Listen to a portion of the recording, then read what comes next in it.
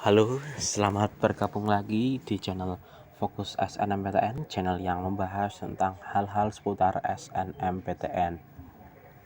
Kali ini saya akan membahas lebih lanjut tentang pemilihan jurusan, yaitu tentang 5 kesalahan yang sering dilakukan oleh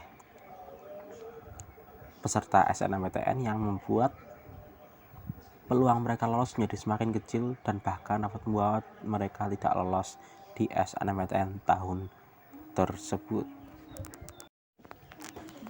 Yang pertama yang biasa terjadi adalah pilihan pertama dalam SNMPTN lebih rendah dari pilihan kedua, atau pilihan kedua lebih bagus dibanding dari pilihan pertama. Jika Anda mengambil strategi demikian, maka peluang Anda diterima di pilihan kedua sangat kecil. Karena jika Anda tidak diterima di pilihan pertama, otomatis di pilihan kedua Anda juga tidak akan diterima. Kenapa? Karena tentunya jurusan yang lebih bagus memiliki keketatan dan persaingan yang lebih ketat dibanding jurusan yang lebih rendah di bawahnya. Sehingga ketika tidak diterima di pilihan pertama, sangat kecil atau bahkan tidak mungkin diterima pilihan kedua jika pilihan pertama lebih rendah dibanding pilihan kedua. Yang kedua, hal yang sering dilakukan oleh para peserta yaitu mereka hanya mempertimbangkan keinginan mereka dalam pemilihan jurusan. Tentu dalam menjalani kuliah selama 4 tahun, jika pilihan jurusan yang kita tidak senangi, maka hal itu akan terasa semakin berat. Akan tetapi jika itu tidak dipertimbangkan dengan matang-matang, maka peluang Anda lolos semakin kecil atau bahkan tidak mungkin. Jika Anda suka pada jurusan tertentu, carilah universitas yang ada jurusan tersebut tapi dengan grade yang sesuai dengan kualifikasi Anda, dan sebaliknya jika Anda ingin menuju ke universitas tertentu, carilah jurusan yang sesuai dengan kualifikasi Anda sehingga peluang Anda diterima lebih besar dalam SNMPTN. Kemudian yang ketiga adalah lebih memilih 2 jurusan dalam 2 universitas daripada 2 jurusan dalam 1 universitas. Mengapa? Hal ini tentunya dapat mengurangi peluang Anda lolos jika Anda tidak diterima di pilihan pertama.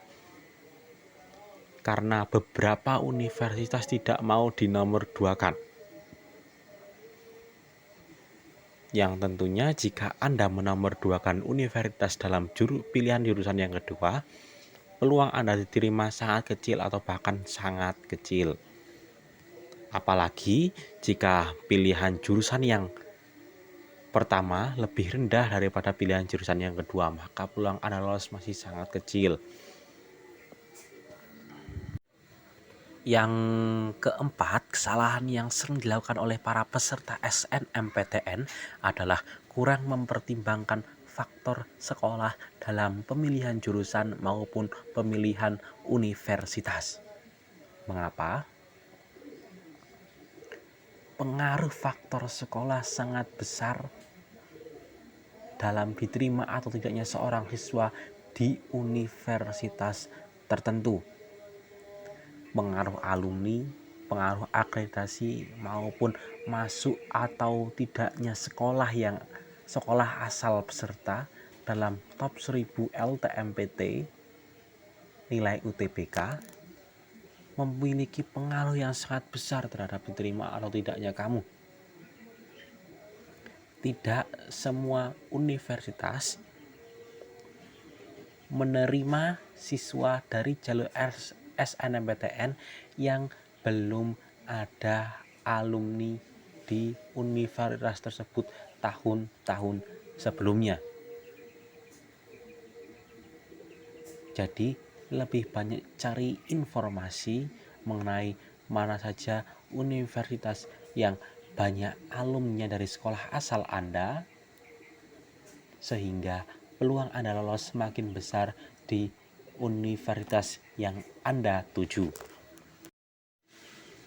Kesalahan yang kelima adalah kurang jeli dalam melihat peluang. Kurang dijeli di sini maksudnya wawasan mengenai pilihan jurusan dan universitas tujuan masih sangat terbatas, sehingga Anda hanya mengenal kampus-kampus yang populer, padahal di kampus tersebut peluang diterimanya sangat kecil. Tapi Anda tidak mengetahui universitas-universitas lain yang peluang diterimanya lebih besar, tapi jurusan-jurusan yang ada juga sangat bagus. Maka perluas wawasan universitas Anda, perluas wawasan tentang jurusan-jurusan yang ada, dan perbanyak pengetahuan tentang keketatan tahun lalu dari jurusan-jurusan yang ada tersebut untuk menambah wawasan Anda, sehingga referensi jurusan dan universitas Anda semakin luas dan peluang Anda lolos semakin besar dengan memerhatikan kualifikasi Anda dengan universitas dan jurusan tujuan berdasarkan referensi yang Anda punya. Mungkin sekian yang dapat saya sampaikan mengenai 5 kesalahan yang sering dilakukan oleh peserta SNMPTN yang membuat peluang mereka lebih kecil untuk lolos di SNMPTN. Saya berharap pada yang mendengar video kali ini dapat mengaplikasikan